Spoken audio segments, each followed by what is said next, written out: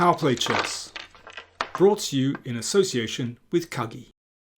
Alireza Firouzja has had a checkered time in the candidates tournament. You can see ones and zeros plastered all over the tournament table. He's got 2 wins and 4 losses apart from the draws. And it just shows he can beat anyone in this tournament. But clearly he's kind of such an up and down character. And for that reason, I think although he's out of contention to win, he only has 4.5, he could still play a significant role in this finale. In round 12, he has black against Hikaru Nakamura, who is of course in contention for first place. In round 13, he has black against Gukesh, who is also in contention. So this is going to be very interesting to see how he reacts. But looking at his game so far, I have a feeling he's just going to go for it. So I'd like to have a look at his round 11 game against Nijat Abasov. So Firouzja playing white. Knight f3, knight f6. And he clearly decided to take Abasov out of any preparation, and he played b3. Of course, not such a bad opening at all. Incidentally, if you play b3 on the first move, then e5 is a good move. And I don't think black has too many difficulties in that position, frankly. But after knight f3, knight f6, b3, that's a little bit different. I would say this is somehow more sound because black can't claim space with e5. c5 from Abasov. Bishop b2, playing the bishop to the long diagonal. Knight c6 and e3. So we could easily transpose into a kind of Nimzo-Indian, Queen's Indian if black plays d5. This is an exact transposition except white has an extra move. And then bishop b5. It looks very comfortable for white. Therefore, Abasov decided just to play the fianchetto. Very sound indeed. So not committing in the centre. So d4. And this was taken.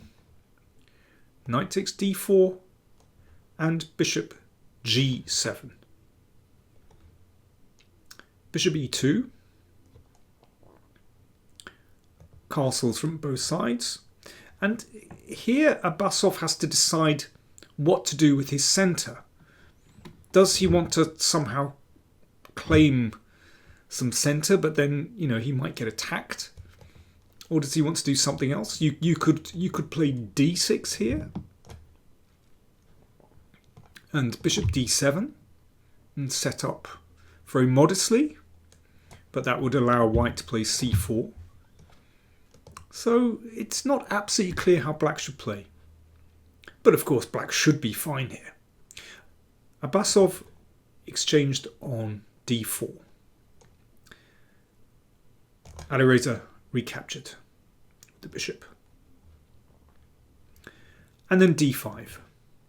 Once again, it's possible simply to play d6 and put the bishop on d7 and on c6, which looks like a very sensible square for that bishop. But Abasov plays in the principled way and plays d5, claiming space in the centre. So knight d2. Okay, how does black go further now? How do you get your pieces out? So it looks like a typical kind of Catalan or Queen's Indian with colours reversed. But Abasov has control over e5. Therefore, Firouzja has control over e5. So that's why Abasov played queen d6. So he's perhaps considering playing the pawn to e5. I mean, there are other moves here. You could also play rook e8. You could play bishop f5 as well. Might be very sensible. Queen d6 anyway played. and c4. I think it's very important that white strikes out. If you don't strike out, then black will claim the centre with e5 and rook d8 and consolidate that centre.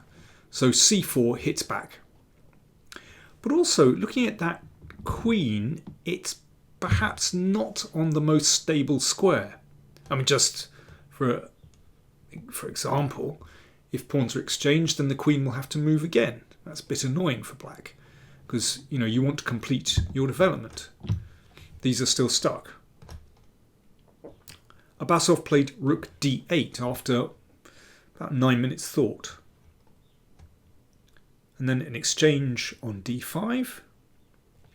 Now how do you recapture? If knight takes, then knight e4. Now where is that queen going to be safe? It's not absolutely clear. If it steps to the c file, it's going to be hit again. So queen takes played. But then after bishop f3, that bishop comes to a beautiful diagonal. In fact, both bishops look very strong. The bishop is going to be tied down to defending b7 and won't be able to develop very easily. And that rook, even if the bishop emerged, then the rook perhaps can't come to the centre very easily because a7 could be vulnerable. But first things first, where should that queen move to? So b5, g5, f5, perhaps down the d file somewhere. It's not an easy decision at all. There are pros and cons to all these moves. Well, Abasov went for queen f5, but let's imagine instead black played queen g5. Well, white has a similar problem. What do you do with the queen? Well, let's step aside. So this bishop is a problem. So e5, bishop c3, and then queen b2 for white. Queen is slightly oddly placed on g5. That's still not easy for black. Anyway, queen f5 played, and rook c1. Why not? Claim the open file. So knight e8 played, and that covers c7 and offers an exchange of bishops. And if bishop takes, king takes, well, that doesn't look too bad for black. The queen could well come in here. The knight could find a nice square on d6. That's okay. But Firouzja played rook c5, and this is starting to get very tricky. Hitting the queen. e5. Knight c4. There are some very strange pins here. Both sides are pinned. So f6 defends the e-pawn. Now, I'd like you to have a little think. White to play. It's not so simple. How would you play with white? And I suspect that Abasov had simply underestimated white's next move. So, cheers, I'll have a drink and you have a think.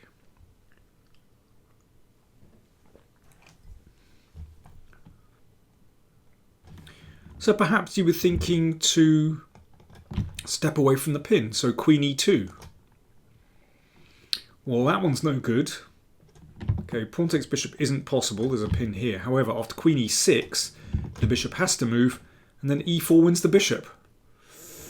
It's trapped. Okay, that's a particularly bad square. What about queen c1, a better square? Even so, queen e6, push that bishop back. b6, look, that rook could be in trouble. I mean, this is actually a very messy position, but black is okay here. The best move for white is rook d5. Excellent move. And I'm sure this was overlooked by Abasov. This queen is the problem again. So for example, bishop e6, that's the kind of move you want to play to push the rook. But then e4, and the queen is in trouble. So for example here, it's almost trapped. And well, this opens up the d file as well, of course. And what else is there? Yeah, bishop d7. Okay, we'll move this one back and watch this. And this is a terrible pin. Actually, white can play very simply here. Queen d2, followed by rook d1, tripling on the d-file, and that bishop is going to be lost. So Abasov exchanged on d5, a check, and again, bishop e6, e4, there's going to be problems. There's a problem here. If the queen moves away from the bishop, it's gone. So king h8, bishop c5, and black's basic problem is how do you bring out this piece? Because white is just going to take here. If you notice, there are no weaknesses in white's structure. It's a horrible position for black to play. Queen d7. Now, a really simple move for white.